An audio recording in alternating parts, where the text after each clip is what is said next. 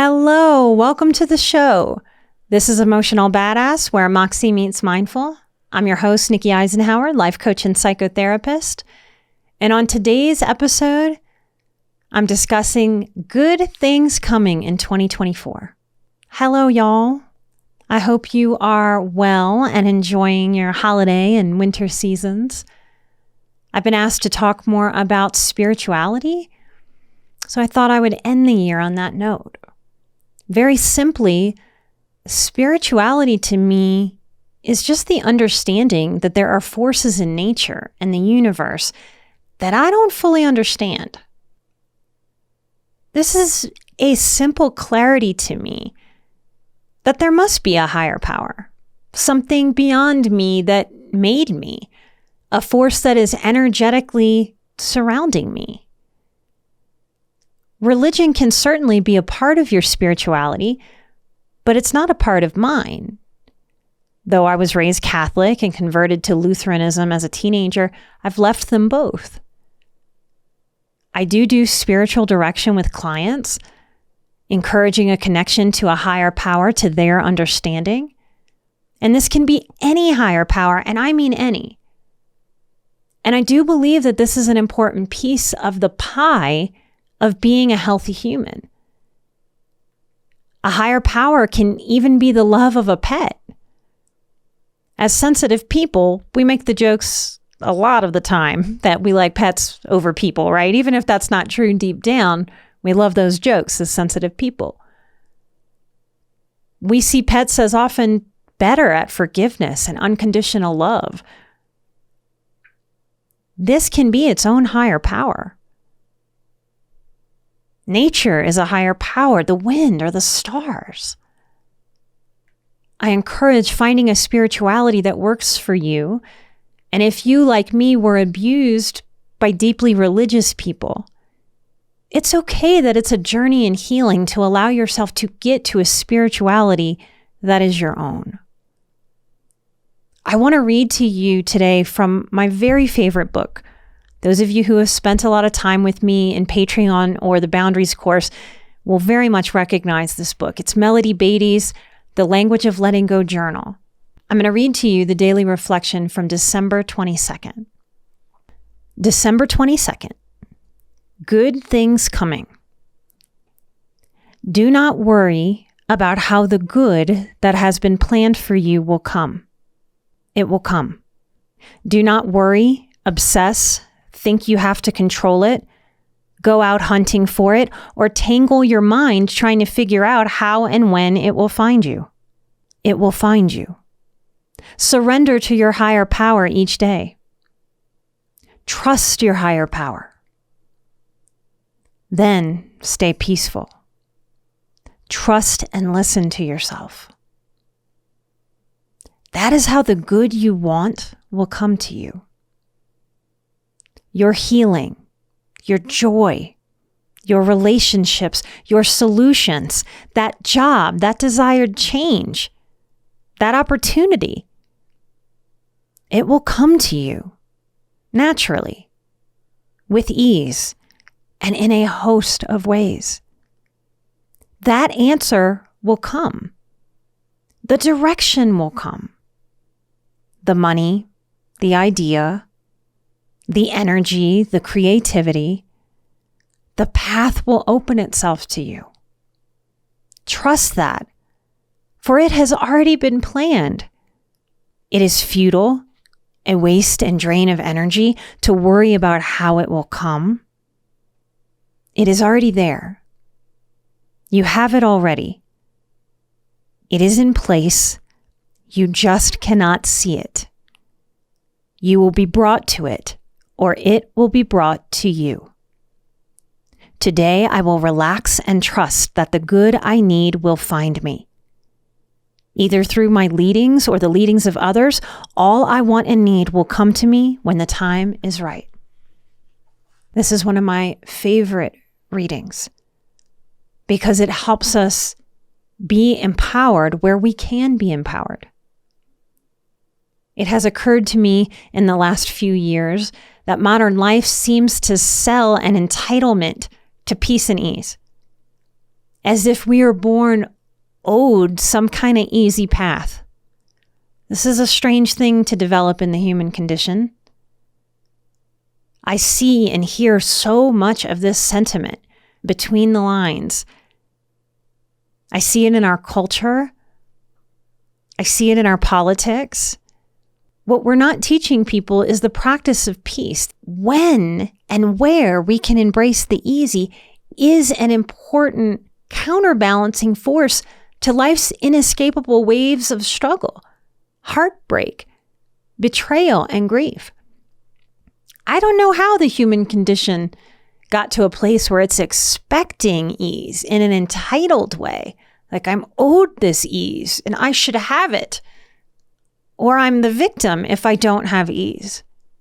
Human beings have had struggle since the beginning of time. That is the story of the human condition. What we do with it to overcome is where so much of our human beauty sits. I'm a believer that pain is one of our greatest teachers. That doesn't mean that I want to invite unnecessary pain into my life or anybody else's. We really can learn not to invite unnecessary pain. We can learn to reject unnecessary pain. We can learn when pain is worthwhile.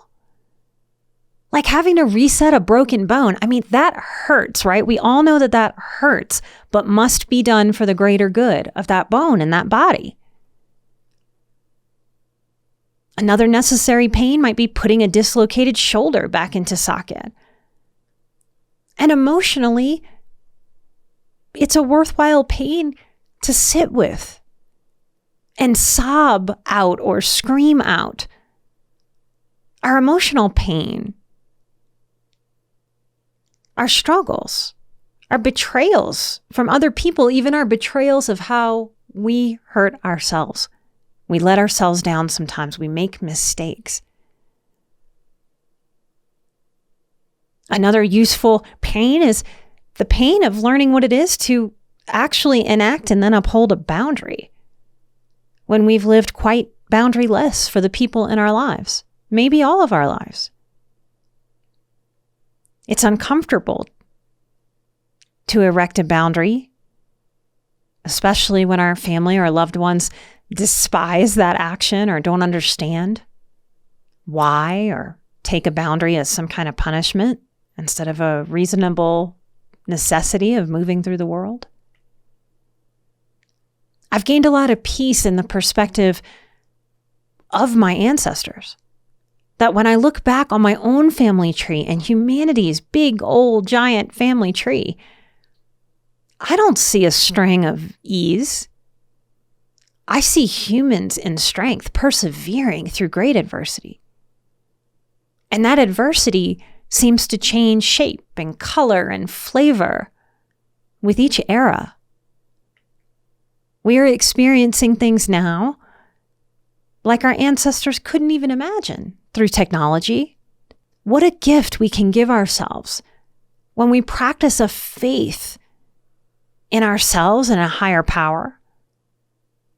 And when we do so, we are practicing as much peace as we can have as humans having a human experience.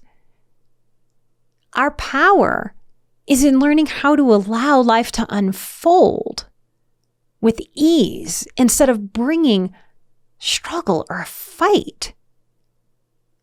So often, sensitive people make their own lives and experience harder by getting stuck in how they believe things should be, or in expecting things to happen in the timing as they see it. And we just don't have power over all of the factors. What a gift I give myself to practice trusting that good things are coming. Those of you who have had struggle, I can hear it. Yeah, Nikki, but my life has been bad thing after bad thing after bad thing after bad thing. I am right and smart to just brace for the next bad thing. I want to challenge you to be able to both understand the reasonableness about that thought. It's very logical. But understand the state that that puts your body in, your nervous system.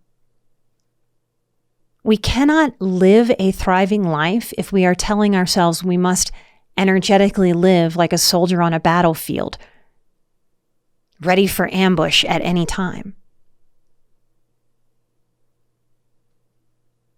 It's a choice, and it's a brave choice. It's a vulnerable choice, and it's a choice that our old pain is very frightened to make. It chooses hypervigilance, which keeps the body exhausted. Mentally, absolutely energyless. And when everything looks like a threat, the truth is you cannot reasonably discern what is actually a threat and what isn't. It is a vulnerable, brave, healing choice. Despite our past pain, despite what our critical voice, our hypervigilance, and our human ego that wants to grab negativity and hold on to it like it's some kind of buoy in the ocean, when it's not. What a gift I give myself to practice trusting good things coming. I'm going to read this reading one more time. December 22nd, from Melody Beatty's The Language of Letting Go. Strongly encourage buying this book. I put my hands on it more than any other book I have in my home. Good things coming. Do not worry about how the good that has been planned for you will come.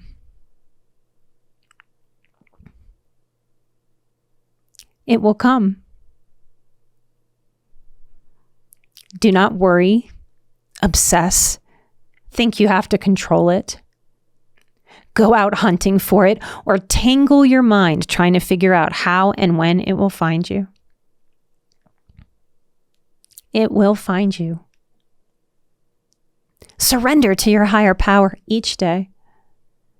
Trust your higher power. Then stay peaceful. Trust and listen to yourself. That is how the good you want will come to you. Your healing, your joy, your relationships, your solutions, that job, that desired change, that opportunity, it will come to you naturally, with ease, and in a host of ways. That answer will come. The direction will come. The money, the idea, the energy, the creativity, the path will open itself to you. Trust that, for it has already been planned. It is futile, a waste and drain of energy to worry about how it will come. It is already there. You have it already. It is in place. You just cannot see it. You will be brought to it, or it will be brought to you. Today, I will relax and trust that the good I need will find me, either through my leadings or the leadings of others. All I want and need will come to me when the time is right. I hope you go into this new year being willing to bring ease into your mind and body in the ways that you have the power to do so, especially when life sends a wave of struggle. This is a beautiful way you help your inner child feel safe and calm. Our inner children, our inner psychology, we don't feel safe and calm when life gets calm because it never really does. We feel safe and calm when we know how to safely and calmly take our power as the adults that we are now, that we didn't have the power to be when we were children. When our inner child sees us taking the helm of our lives, healthily, firmly, lovingly, bravely, choosing ease instead of struggle just because struggle is familiar and known, that is the safety our inner children have always wanted. And we have the power to offer that to him or her, no matter what our childhood history, I promise you. This is a beautiful way you help your inner child feel safe and calm by giving permission to trust in safety and security instead of continuing to beat the drums of anxiety and desperation and nothing's good enough or fast enough. To change, we have to change, y'all. And the best change, the most impactful change that really shifts us into thriving and says goodbye to surviving is in changing how we travel, how we journey along the healing path as we get where we want to go. Stop giving so much power to the destination and embrace the fact that you have the power to have lightness, ease, smelling of the roses energy along the journey of this one precious life. Light and love, and may we all believe in good things coming. I am an emotional badass. You are an emotional badass. And together we are where Moxie meets mindful. Light and love, and on to 2024. Bye-bye.